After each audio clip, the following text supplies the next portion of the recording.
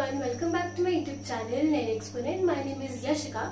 So today in this video I will be talking about conditions and warranties, which is the part of Sales of Goods Act. So I've already covered Sales of Goods Act in my previous video. There was just one topic which was left, and that is condition and warranty. So today in this video I'll be talking about the conditions part. Okay, so what do you mean by conditions? For a contract to be completed, there are certain conditions which need to be fulfilled, right?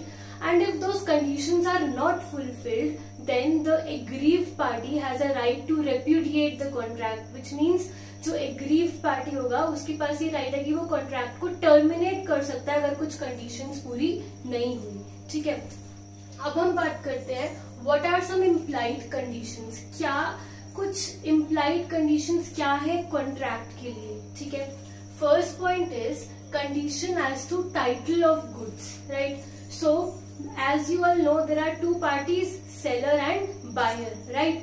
So the seller has the right to sell the goods, right? And the ownership of the goods will be transferred to the buyer when the sale is made, right? Seller के पास right है कि वो sale कर सकता है good को, और ownership transfer होगी बायर के पास जब सेल हो जाएगी, right? Now the question arises who can sell the goods. ठीक है, गुड्स को बेच कौन सकता है? जिसके पास राइट होगा बेचने का. क्या ये जरूरी है कि गुड्स सेलर ही बेच सकता है? जरूरी नहीं है कि गुड्स सिर्फ सेलर ही बेच सकता है. क्या पता उसका एजेंट उसके बिहाफ पे बेच सकता है उसको, right? So it is not necessary that the goods can just be sold by the seller. It can be an agent on his behalf who is selling the goods. ठीक है, but अगर buyer को ये पता चला कि जो goods है वो ऐसे बंदे ने बेचे हैं जिसके पास बेचने का राइट नहीं है, तब क्या होगा? बायर क्या कर सकता है? अपने पैसे वापस मांग सकता है. इसको एक एग्जांपल से समझते हैं. Suppose I have stolen a car, right? मैंने एक गाड़ी चुरा ली है and I sold it to you. ठीक है, अब आपको पता चला कि ये जो गाड़ी मैंने बेची है ये मेरी नहीं है, मैंने ये कहीं से चोरी करी हुई गाड़ी आपको बेची है. So now as a buyer you have the right to take back the money from me because I did not have the right to sell the good, right? So this is first implied condition as to title of goods, which means I being the seller, I should have the right to sell the goods. If I don't have that right, you as a buyer, you have the right to take back the money from me, right? This is the first point as implied condition. Second point of implied condition is sale by description. Now what do you mean by this? Sale by description का मतलब होता है जब मैं shopkeeper के पास goods खरीदने जा रही हूँ और मुझे नहीं पता उस गुड्स में क्या है, मतलब उस पैकेट में क्या है, मैं उस गुड पैकेट को खोल कर नहीं देख रही हूँ. I am, relying on the description which is provided in the packet, right? अब जैसे अगर मैं बिस्किट का पैक लेने गई, so I read that packet जिसमें लिखा होता है कि इसमें ये बिस्किट है, हाइड एंड सीक है सपोज, राइट? उसकी पैकिंग ऐसी थी, उसकी डिस्क्रिप्शन ऐसी है, right? And when I went to my home and I open the packet, उसके अंदर कुछ और निकला. So in this case I as a buyer have the right to refund that goods, right? Why? Because I was relying on the description which was provided on the packet to me. इसको एक example से समझते हैं.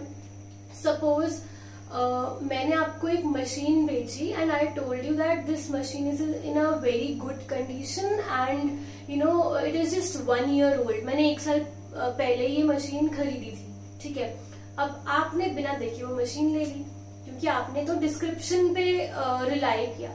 Now when you went home और आपने जब machine देखा तो that was in a very bad condition, वो बहुत पुरानी थी. So you as a buyer you have the right to take back the money or refund it, right? So this is sale by description. ठीक है. Now the third point is quality and fitness. इसका क्या मतलब होता है? There is one concept in Sales of Goods Act called doctrine of caveat emptor, which means let the buyer be aware, right?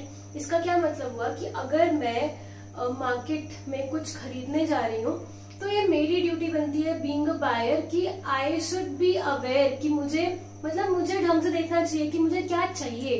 ठीक है, हर चीज सेलर नहीं बताएगा आपको कि यार इसमें ना ये देख लो, ढंग से देख लो इस गुड को, इसमें ये खराबी है. It is my duty being a buyer that I should check the goods before buying it, right. But अगर हम बात करें क्वालिटी और फिटनेस की, मैंने सेलर को बताया that I need a hot water bottle, right. अब सबको पता है हॉट वाटर बॉटल किस लिए चाहिए होती है. So if I have already specified the purpose why I need that good, so that good should fulfill my purpose, right? अब मैंने वो hot water bottle ली तो it is implied कि मैंने किसके लिए ली होगी वो, right? तो अब जब मैं घर गई और वो hot water bottle जब मैंने यूज की तो वो burst हो गई, right? So in this case I can get the compensation. Why? Because I specified the purpose why I need that hot water bottle. ठीक है. Although caveat emptor बोलता है let the buyer be aware, but there are certain exceptions where when I specify the purpose why I need it, so that good should fulfill that purpose. Next point and the fourth point is condition as to sale by sample. अब sample समझते ना क्या होता है. अब मेरे पास बहुत सारे गुड्स है, सपोज 100 पैकेट्स हैं, so it is not feasible for me to check all the goods. तो मैंने कुछ सैंपल मतलब कुछ मैंने सपोज 5-6 पैकेट्स चेक कर लिए, right. So this is called sell by sample.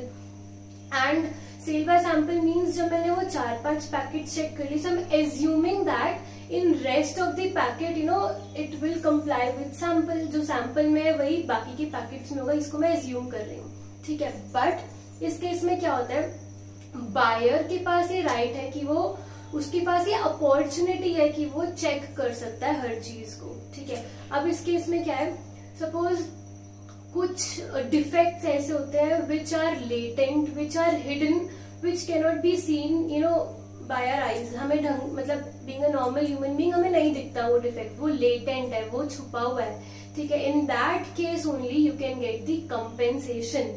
But if the defect could easily be seen, so it doesn't become the duty of the seller. वो आपको जबरदस्ती बताएगा नहीं कि देखो यार इसमें खराबी है.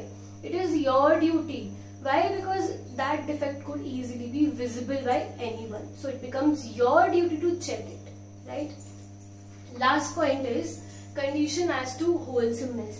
Condition as to wholesomeness means there are when you are going to buy some eatable goods, कुछ मैं खाने का सामान लेने जा रही हूँ, so it is implied, ये understood है कि that will be healthy, उसमें कुछ मिलावट नहीं होगी, वो unfit नहीं होगा. So this इम्प्लाइड का मतलब क्या होता है, अंडरस्टूड. मतलब हमें बोलने की जरूरत नहीं है, अंडरस्टूड सी बात है कि अगर मैं ईटेबल खरीदने जा रही हूँ, so I am assuming it that it will be healthy, right. तो ये कुछ कंडीशंस हैं, इम्प्लाइड कंडीशंस है according to sales of goods act. Now in my next video I will be covering the warranty part. So if you like my video, please click on the like button, and yes, I will be covering the next part in my next video. Thank you so much for watching.